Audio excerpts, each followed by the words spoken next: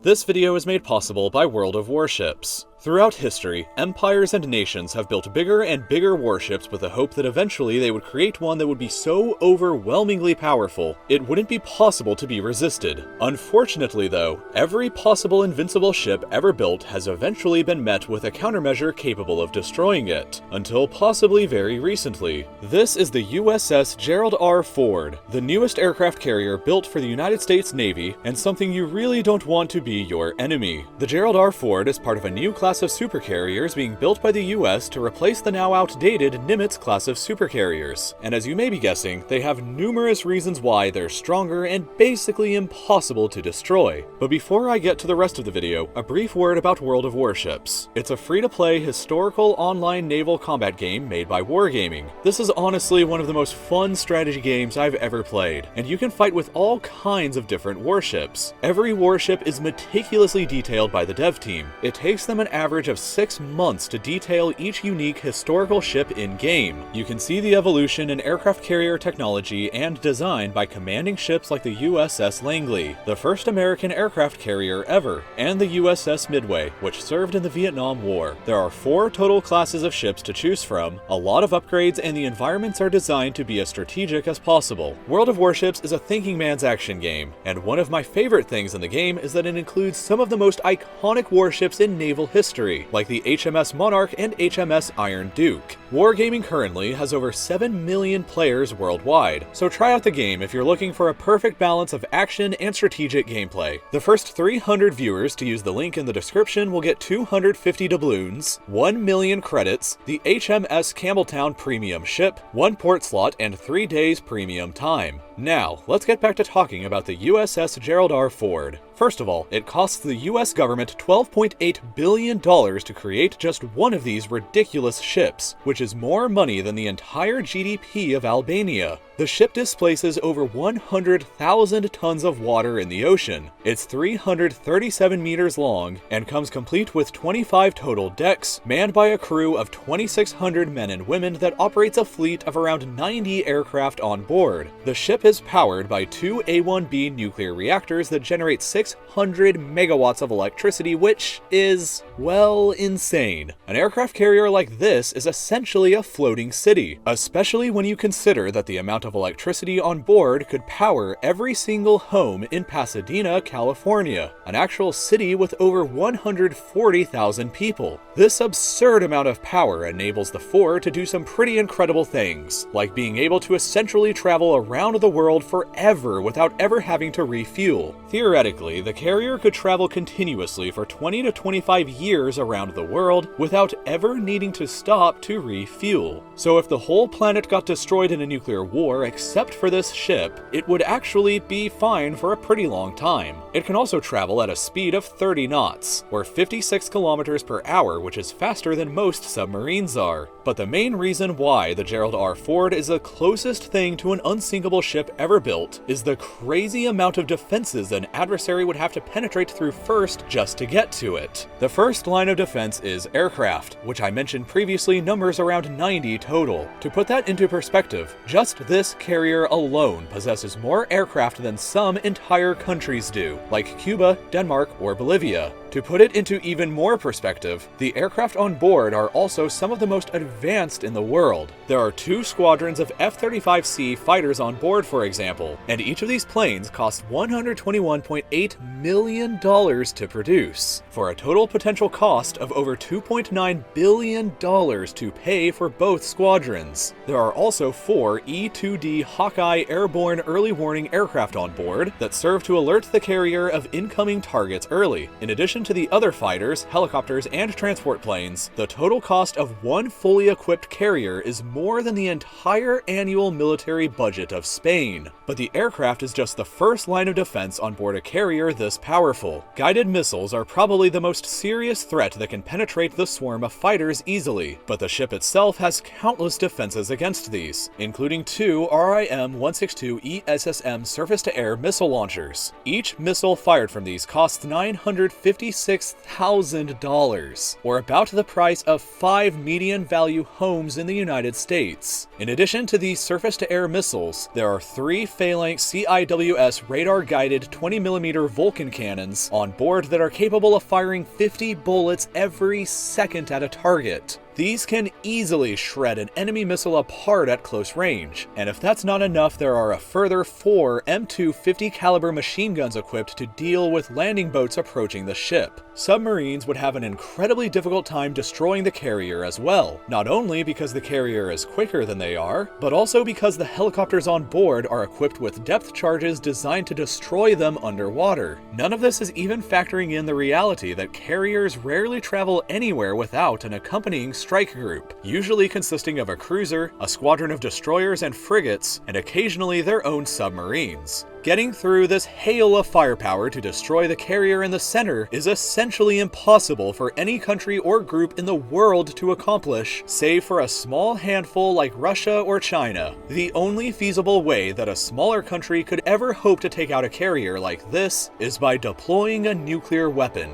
but even then, that would bring with it the full retaliation of the US nuclear arsenal, which means it's probably just not worth that risk. If you want to experience what commanding an aircraft carrier into combat is actually like, don't forget to check out World of Warships by clicking the link in the description. Don't forget to subscribe for more videos in the future, and I'll see you next week for another brand new video then.